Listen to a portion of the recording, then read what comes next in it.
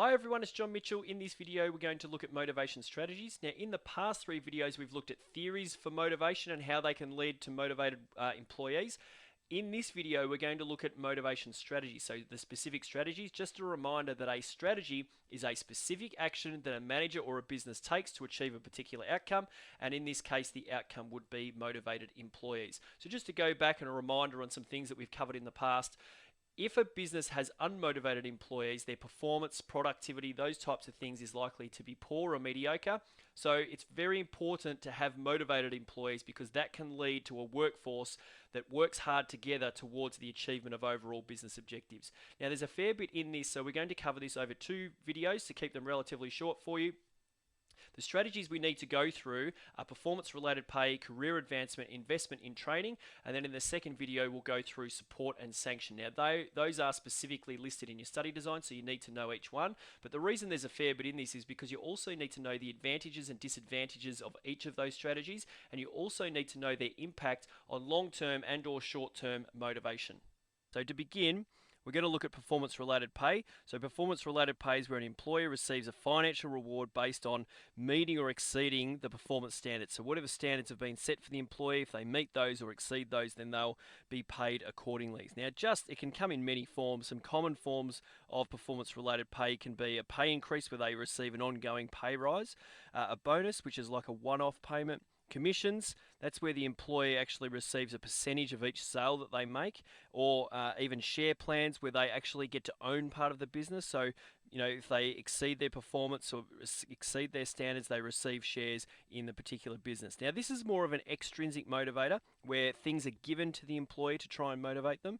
And the research shows that extrinsic motivators are normally short-term motivators, that long-term motivation comes more from intrinsic factors. So absolutely this can work as a short-term motivator, but for the long term, it can work for some employees in the long term. However, it's normally seen as a short-term motivator. So the advantages: one, it can provide immediate motivation where the employee is looking to receive higher pay or those kind of benefits. Rewards the best performers within the business. So, those that are working really hard on achieving objectives, it actually rewards those rather than mediocre performance. Sets clear criteria so the employees know exactly what they need to achieve and they know exactly what they need to do in order to achieve the incentives.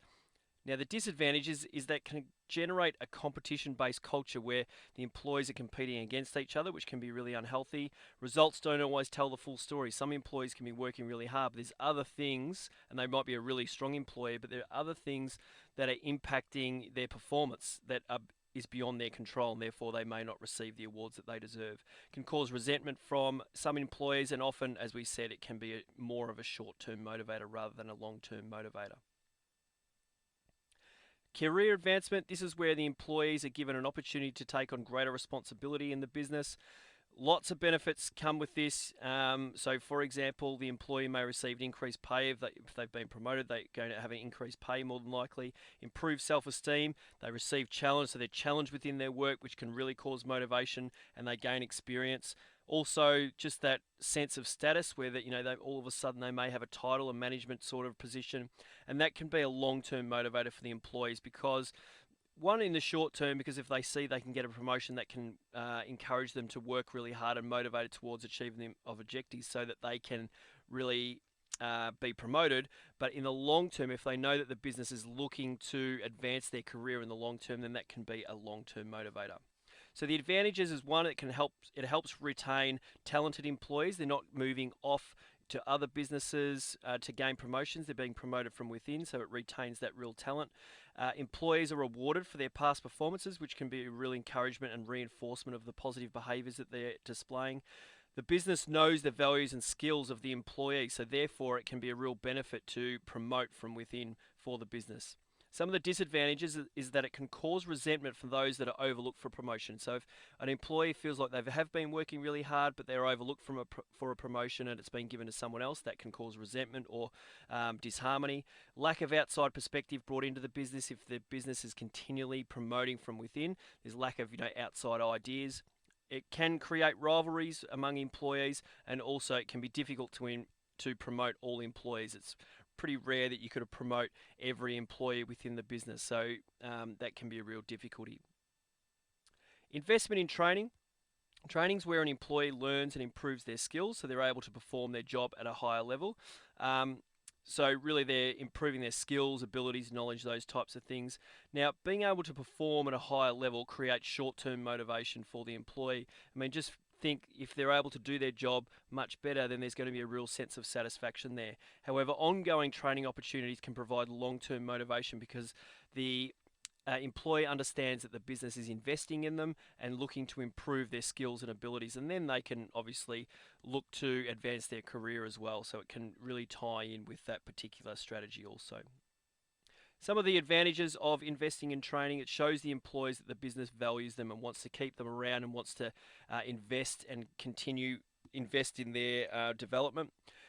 Gives a sense of job security for the employees, because really, why would a business train an employee if they're then going to dismiss them or make them redundant? So it can really give a sense of job security. Helps build a learning culture where the employees learn, or all the employees learn within the business, and that helps improve the business in the long term.